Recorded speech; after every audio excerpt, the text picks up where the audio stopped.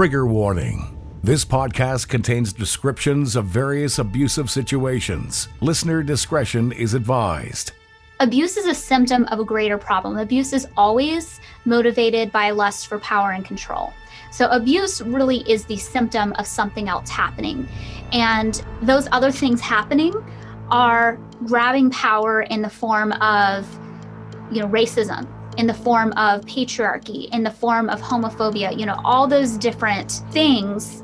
Abuse is just the outlet, just the symptom of all those other issues. You are listening to the Preacher Boys Podcast, a podcast shedding light on decades of mental, physical, and sexual abuse within the independent fundamental Baptist movement. The testimonies shared on this podcast are told from the personal experience and perspective of the survivors.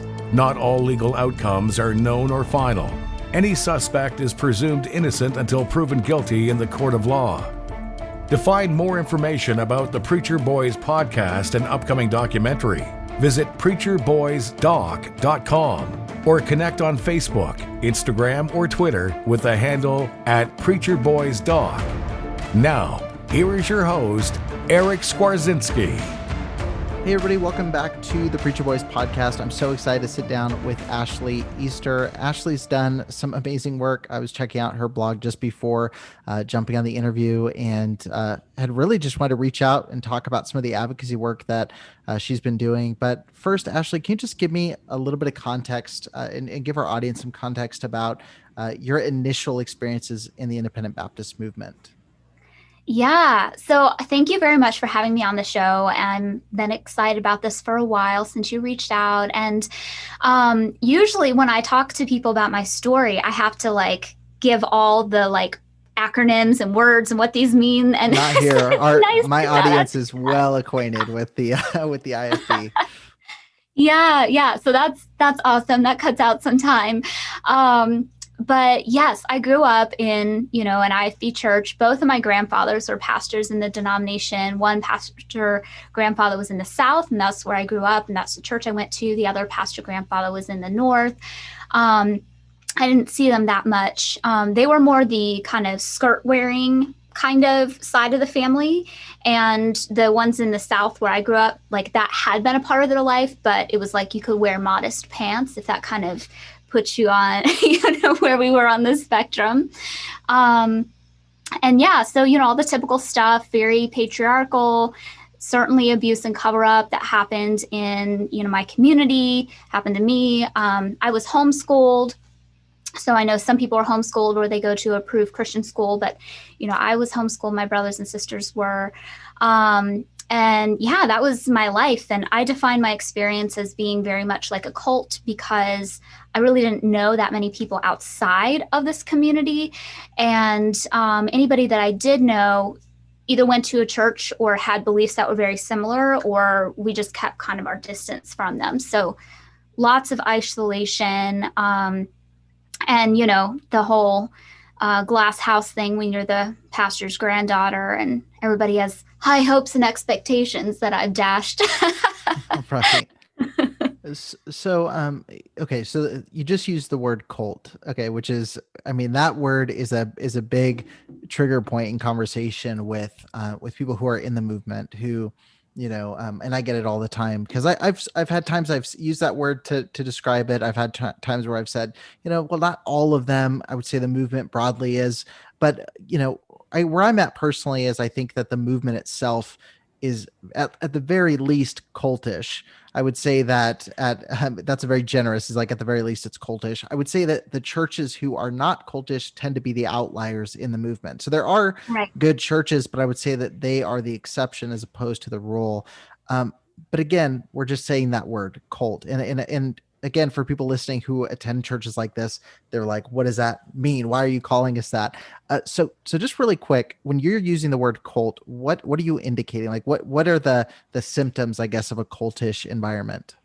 Right. And first of all, I'm talking about my perceived experience, the way I experienced my life growing up in there. And so other people may use different terms, different words. Other people may just have a completely different perspective. And it doesn't necessarily mean that all of those perspectives are wrong. Just different people experience different things. So for me, when I look at a cult, I'm looking for either a leader or a group of leaders that are really look to for guidance and direction in the community. Another big clue I'm looking for in a cult is there's an us against them mentality. So, we are the righteous ones. We are the chosen ones. We are the ones that are set apart and given the divine word of God through the King James Bible. And everybody else is, either evil outright or at the very least kind of backslidden, less spiritual. And so if you are really a good Christian, you'd be pretty much like us. So that us against them mentality. The other thing about cults is what happens when you leave. And there can be varied experiences in the same church or same community of what it's like to leave, but that is usually dependent on how deep you were into the movement. So there were people who left our church community and I only heard bad things about them. They're rebellious, they're walking away from the Lord. They're very much shunned, at least ideologically. There might have been some love bombing to try to bring them back first, but, they were pretty much, outcast as a heretic. And later met them, it was like, oh, no, they just experienced abuse in the church, or, oh, no, they just had a disagreement and were cool with Christian rock music, something like that. Other people who maybe aren't as deep in the cult are maybe just new members, don't have a lot of money, time, or influence invested in it. They may be able to leave more smoothly. But if you're kind of in the core center of it, like I was, when you leave, it doesn't go well. And in a safe, healthy community, you should be able to walk away for ideological differences. You should be able to leave environments whenever you want without punishment. Now, there might be natural consequences that happen. Maybe you're not as close to people anymore, but there shouldn't be, this demonization of a person just because they decide to think, act, and live a little bit differently. So there's a lot of different markers of a cult, and in my free ebook, Cults Hidden in Plain Sight, I go through a lot of them and lean on different experts in the cult awareness community. But those are some of the big ones, having a leader or a group of leaders, us against them mentality, and what happens when you leave. And another big one is what happens when you ask questions. How are those treated? Right. Yeah, no, Cults Hidden in Plain Sight is the first thing that I checked out when I visited your site a few months ago, I think, is when I first found out about you. And yeah, it's a fantastic resource. It's it's pretty short, but it's very packed with a lot of good information and links to some other resources as well. So I definitely recommend that. You kind of alluded to the fact that your specific experience was very cultish, and hearing your story, at least in the fragments that I've gotten to listen to, that definitely seems to be the case. I have people on, myself, I had a lesser experience, I was, it was more restrictive with what you could do and dress, but for you, it seems like your story, has a couple more sinister elements to it, as opposed to, you couldn't wear certain clothes or you couldn't do things like this. And as early on as being an infant. So can you just talk a little bit, just touch briefly on kind of your early childhood memories growing up within the IFB, and what are some of the things that maybe stood out as you were growing up? Sure. So there's, a lot of things, and sometimes it's hard for me to distill down my entire story to, a podcast or even like Right. a book or anything like that, because there's so many different elements and layers to it. But one of the maybe most unique experiences that I had that kind of started, I was infant, just a child. And these are stories that were told to me by my family, by my parents, things that I don't necessarily remember, but these were stories that came up quite a bit in my childhood. And that was when I was born, because I was a woman, I already had a strike against me because, patriarchy. And then I was told as soon as I came out of the womb, I had like these big dark eyes, and I was told that, I think it was my grandmother said, and she looked at us and she was thinking in her mind, I can conquer you and you and you. And like probably what I was doing was just like, oh, wow, I'm outside of the womb now. Like, this is different. I don't know what I was thinking or if I was able to think that young, but they would ascribe different ideas and personifications to me as an infant that weren't really practical. So, that's just day one, being born. I'm already being seen as I'm looking who I can conquer in the family. And then I was told that I used to cry a lot as an infant. And I don't know, maybe I had colic. I'm not sure. Babies cry. That's a thing. But my family was so disturbed by the crying that they believed I was possessed by a demon. And my dad did this whole prayer / exorcism kind of thing. And they told me as a baby, I just arched my back and I screamed loud. And that's what they thought when the demon left me. And then I fell soundly asleep and I didn't cry again like that. So things like that I can't remember, but as a child, you're being told, you come out of the womb, you're looking for a fight. We think you've got a demon in you. And then you're continually told through your childhood as you're trying to assert your independence as children do, that no, that's rebellion. And rebellion is like the sin of witchcrafts, and witches are really close to the devil. So like you're really crossing that line, getting close to the devil by disobeying. So there were a lot of things that total depravity theology was there, and this assumption that even from infancy, you could have something evil about you or something evil inside of you. And then just the skepticism that you're treated as a child when people believe things like that. And I was a little bit of a willful child, but I think those are the general stages of development. You've got to differentiate yourself from the caregivers in your life. If you read child development, that is normal.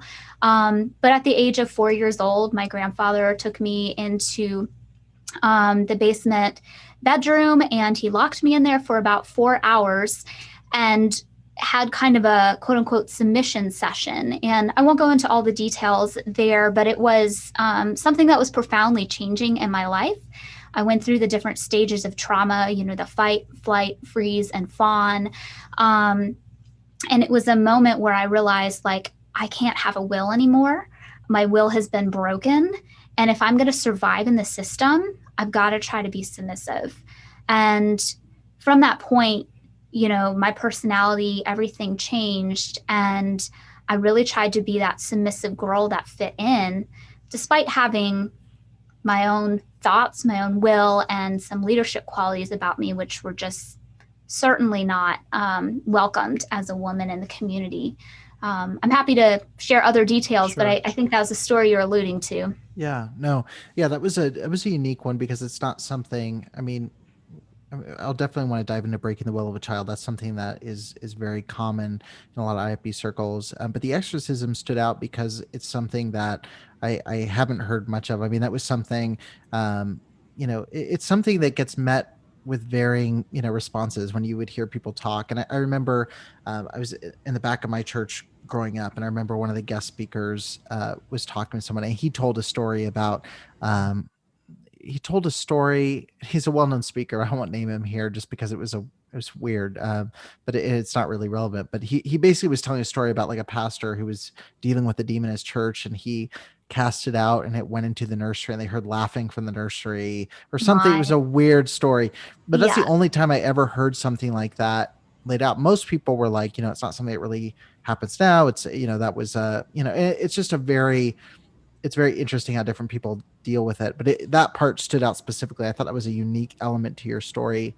It raises the question in my mind, and this goes into breaking the will of a child. Who were the influences on your grandparents in these churches? Like, were there, Michael and Debbie Pearl's name comes up when you think about, discipline and things like that with children. The mother needs to understand if she takes away her husband's authority, even by a face, even by making a pitiful look appeal to her husband, she is taking away all authority from that child's life. If that child is going to have authority, mother, you got to let that man be the authority. I'm going to get this rod.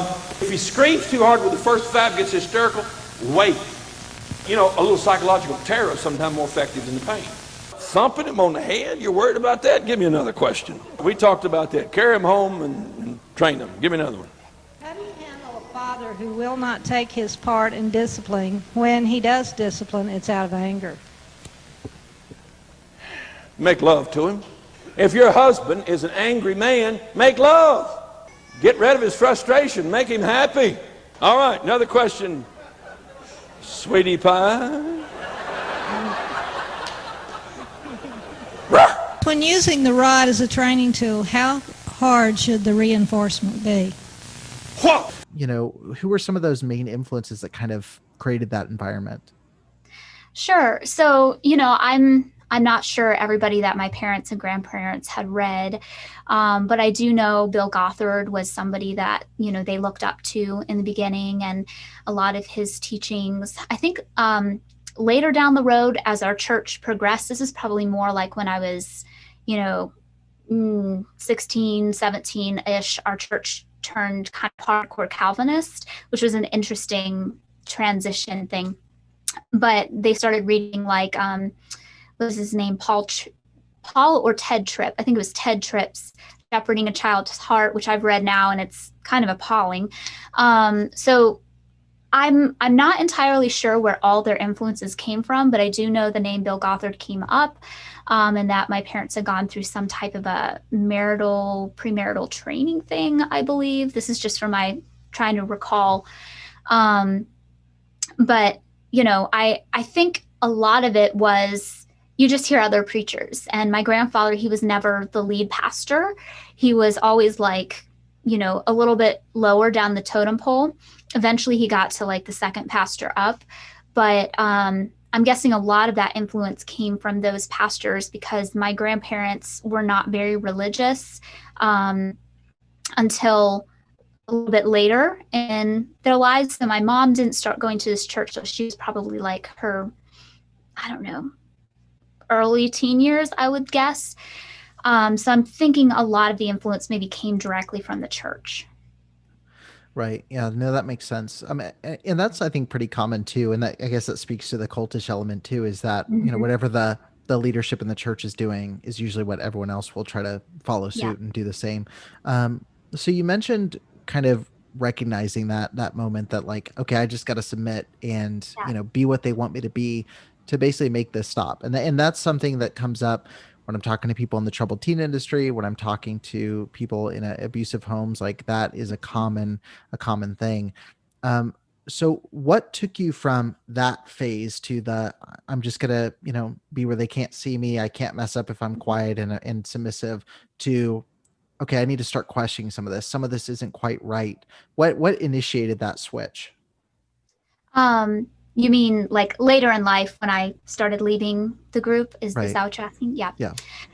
So I always had a lot of leadership capabilities. And I think that if I had been a man, I would have been one of those preacher boys. Like, I'm actually an ordained minister. I don't know if you can see my shirt, preacher. So that's what I always wanted.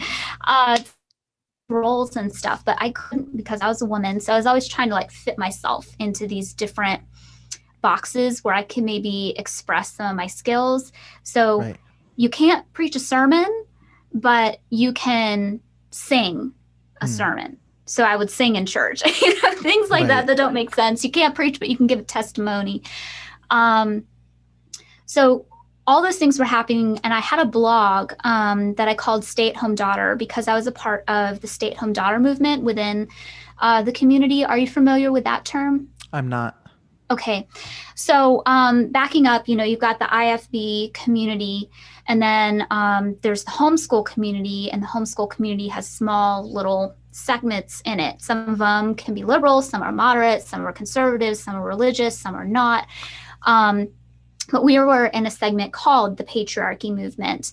And then inside of that movement is the Quiverful Movement, basically where you have as many children as possible so you can shoot them out like arrows in the world to dominate. Yeah, the Gothard kind of theology, the Duggars are associated with that, But the Stay-at-Home Daughter Movement is kind of something that was created that was like, well, if adult women who are married are supposed to submit to their husbands, like, what the heck do we do with unmarried women, like that are adults? We can't just have them not submitting to anybody. And so the stay-at-home daughter movement is basically, you submitting to your father till he gives you away in marriage to somebody else to submit to.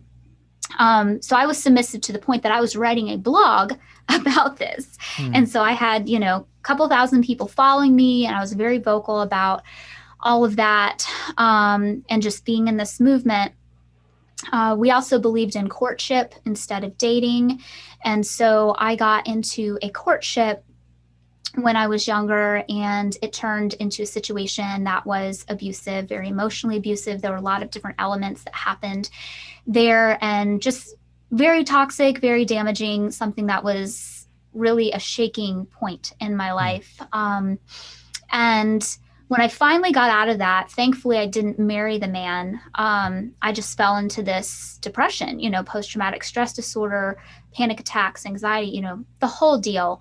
The depression was really strong and all those things. And after I started pulling out of that lasted about a year at its heaviest point. I was just kind of like ready to kind of look at maybe some other things a little bit. So there was like a tiny bit of me that was open, but mostly I was still shut down. I met a woman who briefly attended our church, and she invited me to the coffee shop where she worked. And there was a guy there that was a Christian, and he liked to talk theology, and she introduced me to him. And I love to talk theology, but his, theological perspective was equality for women, so egalitarianism. And so we had kind of this little argument about it, and I was shocked. I never met a man who believed in equality for women, and I'm a pastor's granddaughter. I know this better than you do. I write a blog to 3,000 women. What the heck? You're trying to lead me astray. So I kind of tried to push off the relationship and the conversation, but he just kept kind of poking at me and just like sending me messages on Facebook and stuff. And finally I realized I was going to have to debate him, which I see the irony now, trying to debate submission with a man. But Right. Didn't see that at the time. But basically the debate didn't have to happen because to be a good debater, you've got to know the other person's point of view better than they do. So I researched egalitarianism and equality for women, and it convinced me. And I was like, wow, I've been lied to my whole life. And then beginning to see the connections between patriarchy and abuse, and then seeing the other theologies that were really toxic and harmful, and just realizing what had happened to me was, number one, not normal. Number two, very toxic. And, I had to get out of here. So that happened around 21 for me. Started getting really wild and rebellious, and, listening to Taylor Swift and swing dancing and movie theaters, Just straight all downhill. yeah. Just before you move on, I'm just curious, what were some of those resources that you read that helped kind of switch your position from being very, patriarchal, complementarian, I guess you could say, to Right. considering another position?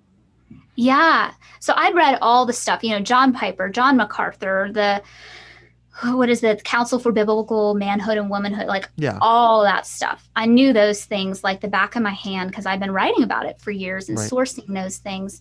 But what I started looking at was people like Sarah Bessey, who wrote Jesus Feminist, reading her book, Christians for Biblical Equality International. I would say I'm a bit more progressive than them now, but they have a really, they use a lot of scripture to be able to show their point of equality for women. So that was super helpful. At the time, Rachel Held Evans, before her passing, she'd written a book, I think A Year of Biblical Womanhood, that was transformational.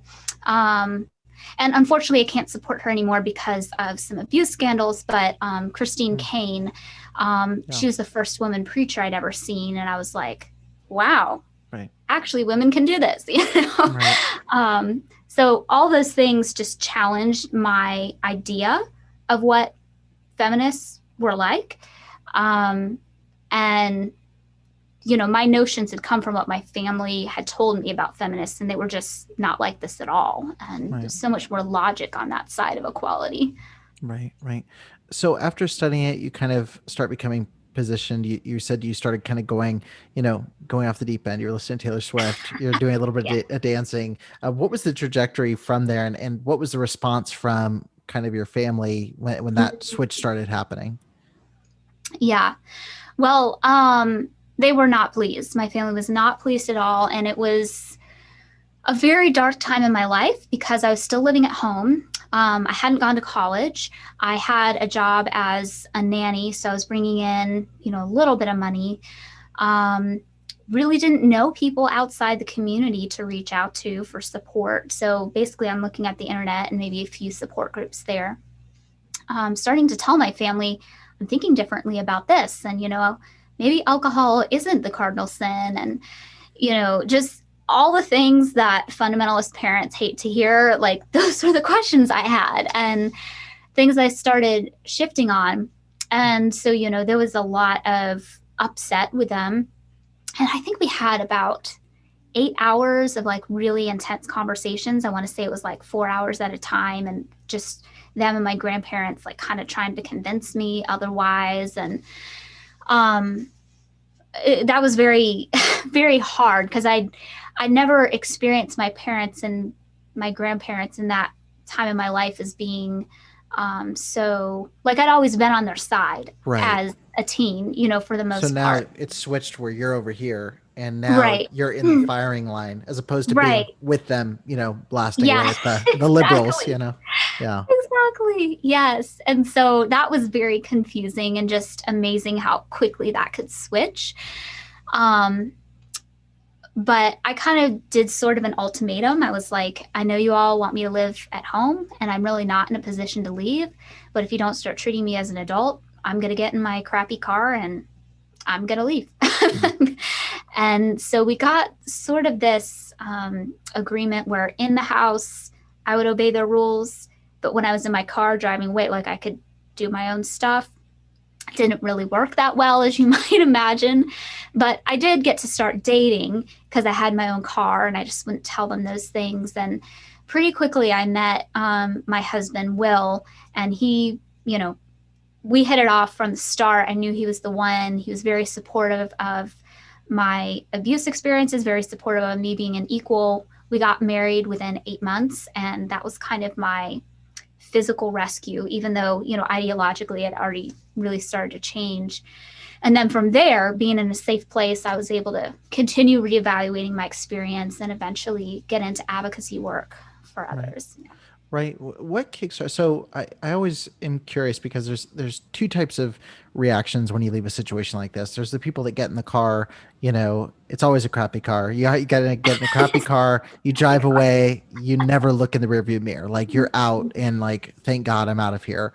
But then there's other people, most of the people I have on the show, who they're driving away, and then, when they're good, they drive back and they get other people and drive them out with them. And so they start doing advocacy work. They start, reaching out to people who have been hurt by these movements, some even start reasoning with people who, left and they know they need help.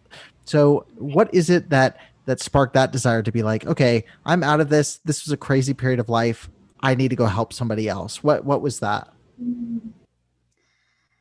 Well, I had that old blog, which I published an apology about. I was like, oh my gosh, I was wrong. I am so sorry, everybody. And then I started a new one, and I kind of started writing about, my new thoughts and ideas and some of the experiences that I'd had, some abuse that I experienced. And I had like hundreds of people start to reach out to me.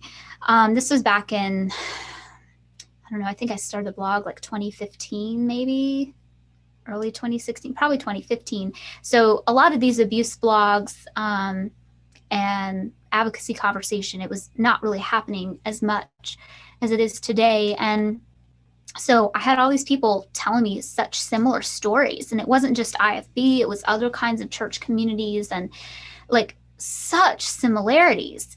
And they all felt alone and isolated, and like they were weird or off, or it was just them. And I'm like, no, hundreds of you are telling me the same story, basically. You are not alone. I know that for a fact. And just kind of feeling the sense of duty. I also think my intuition kicked in there. And I was just like, we've got to start a conference to get all these people in the same room so they know they're not alone, and, talk about these things, get experts and mental health professionals and lawyers and, all the rest to kind of be in this conversation. And so never having thrown an event like that, I just kind of followed my gut and intuition and did that with my husband's support. And yeah, we sold out our first event, and Wow. we have had an event every year since. This past year we did it online, 2020 because of COVID, but that was our 5th event. Yeah. Wow. Yeah. So with these events, what all are you doing? Is it specifically independent Baptists? Are you dealing with just people who've been in, cults and in abusive environments? Like, what's kind of the focus of these? Right. So it started out very much, I still identify as, maybe culturally Christian is probably how I'd put it. But I was still a lot more so in the beginning. And so we focused a lot on faith communities. And that's something that we will always continue to focus on as an organization, not just IFB, but just church communities, because particularly in the evangelical sector, like there's SNAP, doing stuff in the Catholic sector, but in the evangelical sector, there wasn't really a lot going on there at the time. But as we've kind of grown, we've broadened it to, people who are, don't identify as Christian, people who maybe have had a faith experience in some kind of a community that was negative and harmful and abusive, and maybe they don't identify with a religion anymore. Some are atheists, agnostic, some have changed faith, the whole gambit. But Right. We talk about cults, we talk about domestic violence, and really we're kind of focused on institutional abuse. Yeah. Right. Yeah. No, I had seen you had done so that was the last one that's where Leah Remini was at, right? She was. Yeah. That was, I was telling you off mic, but yeah, I was like, I saw your poster. I was like, I am so jealous. I was like looking at your list. I was like, that is so cool. So yeah, it's gotten really large then. It's getting a lot of really good traction, which is awesome. Yeah, I was so thankful. Like this year, like I said, we did it online. We did 30 days of courage instead of like one weekend when you're in person. And Leah Remini, Jonathan Sheck, Sarah Ann Mass, some other great people. And I think we had like over 700 people in the group, and just awesome. Really thankful to be able to offer something and for the voices of, these leaders that were willing to speak. Yeah. Right. Yeah, I know. So like you mentioned SNAP, and I bring up SNAP quite a bit when people talk about why I focused on the IFB. And I was like, well, right. The Catholic Church has SNAP.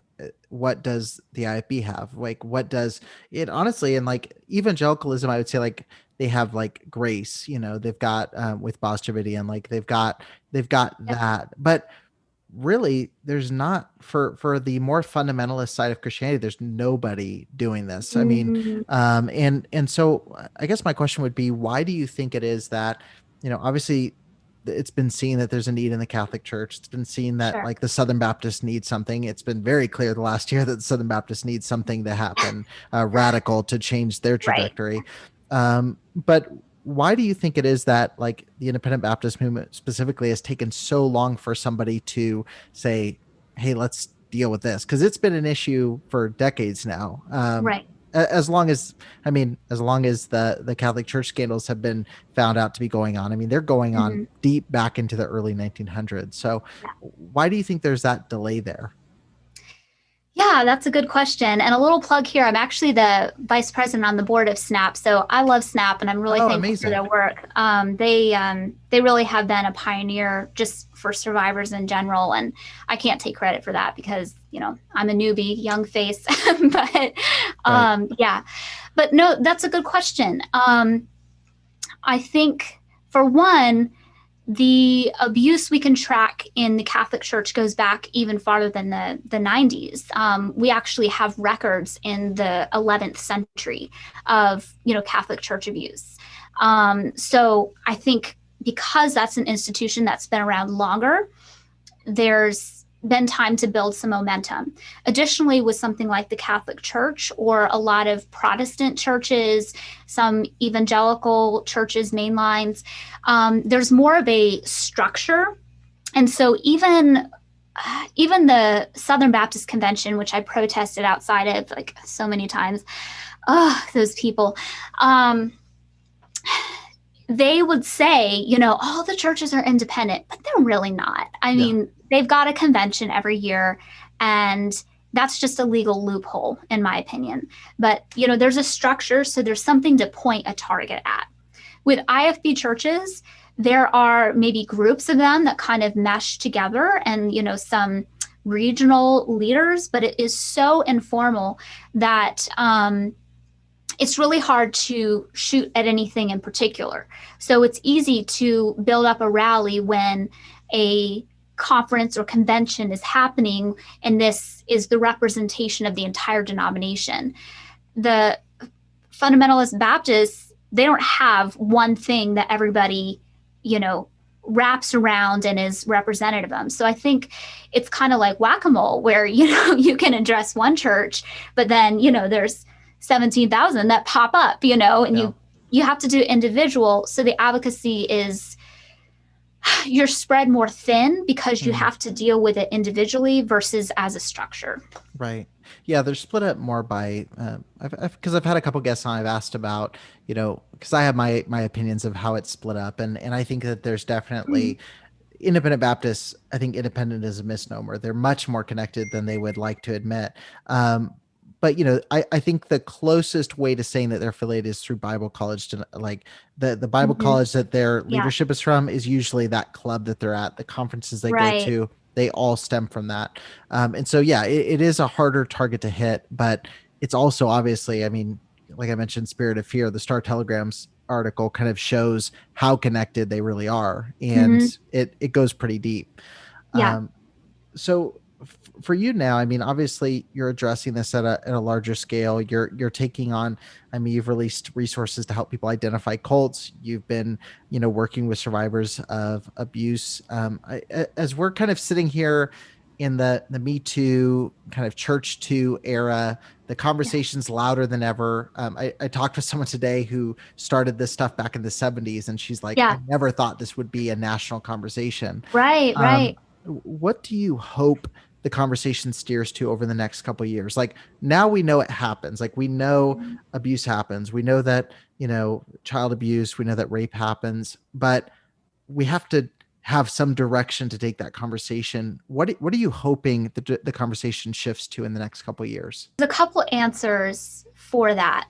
If the church was to stay intact as is, I think the answer would be there's got to be accountability. There has to be some way to track these predators. There has to be a database. And I want to plug the Baptist accountability database, which my friend Megan Benninger and her husband started.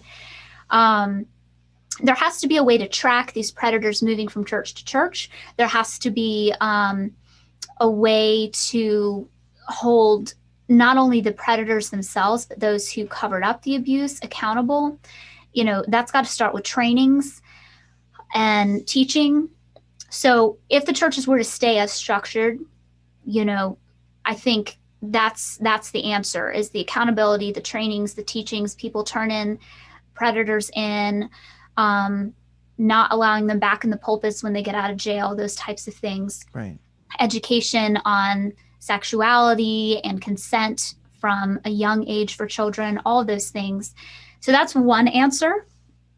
But I don't believe that the church is going to stay structured for much longer. I don't think we're going to see structured religion the way it is in the next 20 years. I think with things like the global pandemic, we've seen that we don't need a building to be able to connect with other people.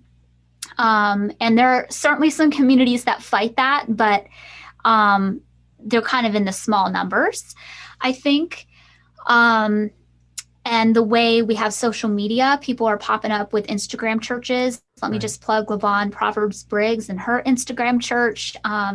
She's a Black woman preacher, and it's amazing, very liberation mixed with Black spirituality. Like, Anyway, that's where I go to church.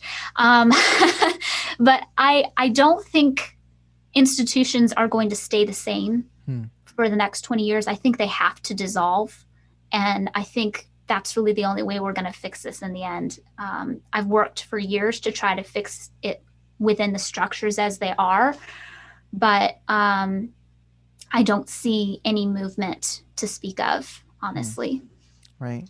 Yeah, we mentioned some of the more formal. It's easy to talk about like Southern Baptist Convention, and I know there's many people like Rachel Den Hollander has been like trying to push for a lot of changes in how they deal with things. I know I mentioned Boz Davidian is trying to do a lot.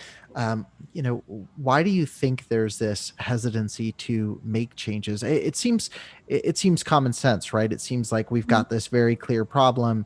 That it seems like the solution's very clear. It seems to, believe survivors shore up the weaknesses in the church and, prevent it from happening while also not casting out everyone who's been hurt. What resistances are you seeing most commonly from even larger denominations like the Southern Baptists? Well, yeah, like I said, I've done several protests with like the For Such a Time as This rally. Cheryl Summers is one who founded and leads that up. I've gone into J.D. Greear, the president of the Southern Baptist Convention, his church, and talked with his second, and I've talked to him, but he he doesn't want to see me. Snuck up on him at Starbucks one time. Anyway, but when you look at abuse is a symptom of a greater problem. Abuse is always motivated by lust for power and control. So abuse really is the symptom of something else happening. And those other things happening are grabbing power in the form of, racism, in the form of patriarchy, in the form of homophobia, all those different things. Abuse is just the outlet, just the symptom of all those other issues. So if the church really wants to deal with abuse, they've got to deal with their sexism problem. And I'm just going to use that because I'm a woman and that's what I've most been affected by in the church, though, like I mentioned, racism, homophobia, all those things. They are unwilling to release their grip on power and give over some shared power to women in the church or to people of color equally, those types of things. So when you're asking someone to stop abuse in their church, you're not just looking at this child who's been abused, but to really fix it, you have to address the whole structure. And something like the Southern Baptist Convention, they were built with the specific purpose of keeping women and people of color in line. They were built because of slavery. And so when you have systems that are built on things like that, I mean, you can't really expect there not to be a power grab. Foundational problem. Yeah. Yeah. It's disheartening because that was where, I think this is common for many. Like I made the jump from the IFB to the SBC and pretty quickly after making that jump, it's like, oh, things look pretty similar over here too. Not different.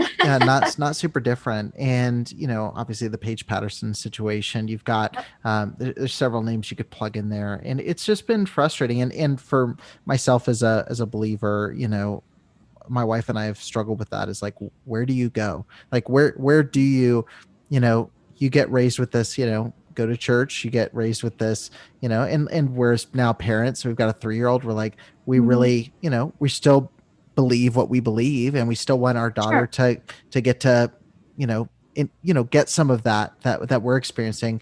But then it's also like, I don't want to put my kid in a nursery in a church. Yeah. Like that's the last place I want to trust with my kid. Right. And so it's just a really frustrating and difficult thing. And it's doubly frustrating when you see, guys like J.D. Greear come in and you positioned as like this voice of hope and change. And he seemed like he was going to be steering the ship in a different direction. And, and I haven't personally interacted, but like, even if he did truly want to focus it on that, which I don't see that he has really focused in on it. I don't know that any one man is going to have the power to move that entire denomination. It's like you said, it's fundamentally, excusing the pun, fundamentally, flawed. In the same way, the independent Baptist movement, as long as they're going to be heralding guys like Jack Hyles, all of these names you want to throw in, Jack Trieber, it's going to be really difficult to see any true change because Right. their old paths, their foundations are so structurally Yeah. damaged. If the foundation is rotten, you can't just try to fix the symptoms. Like that doesn't work. And that's why I think, and I don't say this as an incitement to violence. Let me be clear about that. But like Just metaphorically, please be very clear right now that it's not. Very clear. Metaphorically, I think these structures have to burn down to the ground and something new has to be built. But, as a person who is very influenced by Jesus, like resurrection is part of Christianity. So I don't see that as the death of the way of Jesus. I see that as, maybe a much needed clearing of things. But yeah, it's, I used to have a lot more hope that things could be changed while the structures remain. But after being in it for years, Yeah, it's hard. It's hard work I resonate with that because it's hard I've been doing this now much less than you. I've been doing this for about a year with the show. I've been talking about it since I left. I've been talking about it with people on a one-to-one basis. But now, I've talked with hundreds of people in the last year who, same story, different church, California, Nevada, North Dakota, Virginia, same stories, same type of environment. And SBC, now I have people reach out. I have people who've reached out who are like, oh, I'm, Seventh-day Adventist, I'm Catholic. My story resonates exactly with all the stories on the show. And again, I still think my focus has to be IFB because I think there's nobody doing that. And I think it's important people stay focused. Like, Snap really does a great job with Catholic churches. I'd be totally lost in that arena. But yeah, it's very disheartening, especially like I've told people this, but I'm like, this would be a lot easier if I was not a Christian. Like it would be very easy to say, man, the church is just like a horrible place. Right. Now I'm like, it's doubly frustrating because I'm saying, yeah, it's a really horrible place right now. And also I know what it's supposed to look like and it doesn't look anything like that. And so it's this very frustrating position to be in. Right. And I'm sure you feel that as well with what you're doing. Yeah. And one thing that I found for myself, and I don't know, maybe this will help somebody who's listening. I think there are some things that as spiritual people we crave and that we want and we know can be done the right way. Community, connection, some type of, correspondence with the divine, learning, expansion about spiritual things. There's a variety of things that churches offer that I think we crave as humans, at least most of us. I'm not going to speak for atheists and, people who don't identify that way, but I think most of us crave those things and those are good. For myself, I've taken a step back from like institutional brick and mortar church. I've kind of identified those things that I want and need in my life. And then I've looked for other ways to fulfill them. So maybe that's a YouTube video. Maybe that is, going to my friend Lavon's, Instagram church. Maybe that is, without COVID, getting together with some friends and talking theology. Maybe it's getting out in nature. Maybe it's, playing with some oracle cards, whatever it is. I think that's going to be really individual. But I think it's been ingrained that there's only one way to receive those things that we innately want and need as spiritual beings. And there's actually a lot of different platforms. We don't just have to get it from a brick and mortar church. And maybe we can create a brick and mortar church that provides those things safely. But in the interim, I'm always looking for ways to fulfill those needs and kind of being open to unusual places that I wouldn't have looked, growing up. Right. Yeah. I had that conversation with a church planner, a friend of mine. I won't name him because I don't know if he'd appreciate our conversation, but we were just talking about, it was in the early stages of COVID and it was like, man, like things are changing, whether COVID stuck around or not, the reality was, there's a lot of people who realize, like you said, we don't need a building, a multi-million-dollar building with, 800 seats and a sound system.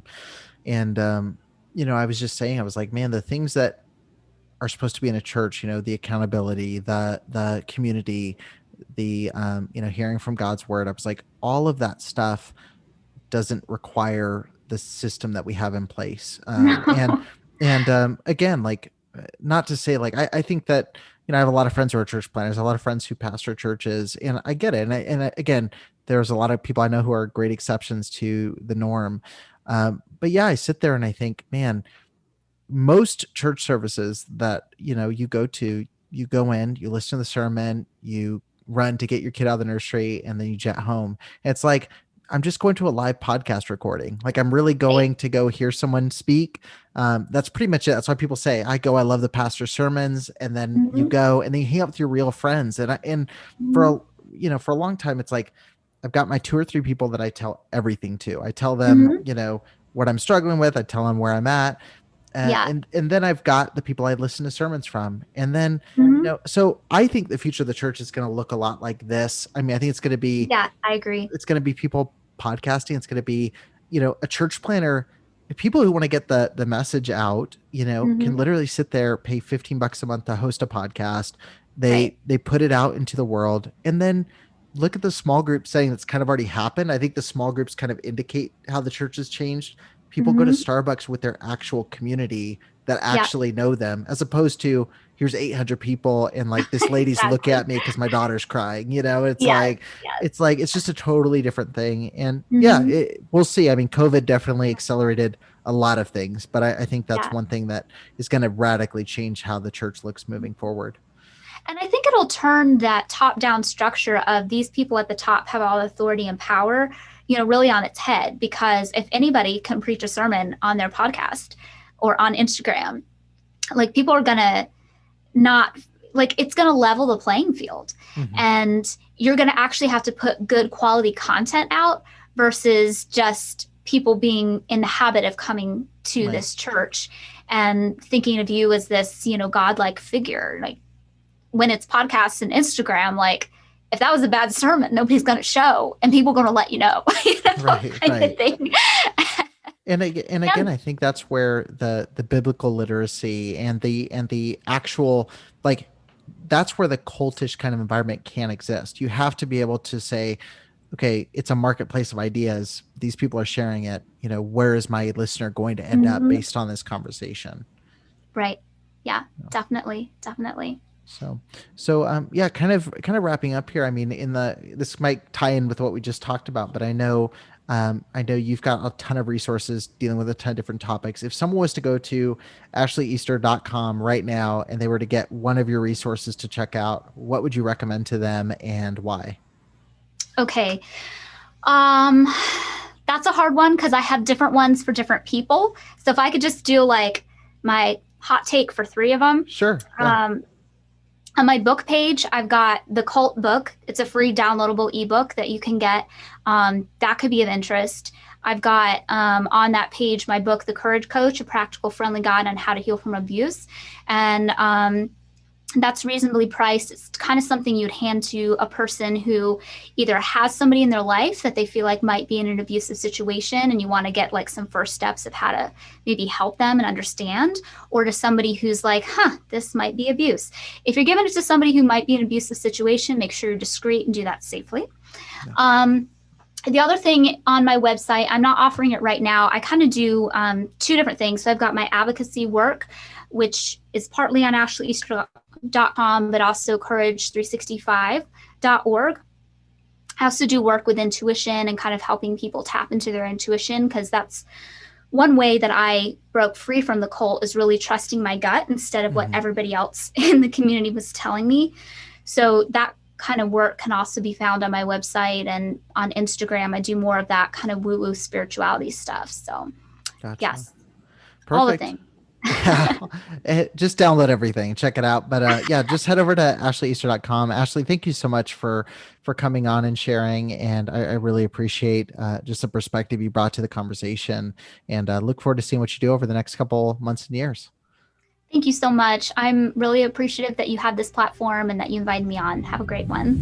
Thank you for listening to the Preacher Boys podcast. If you appreciated the content on the show, Please leave a review on iTunes and don't forget to connect with us on Facebook, Instagram, or Twitter with the handle @PreacherBoysDoc. Additional information can always be found on PreacherBoysDoc.com.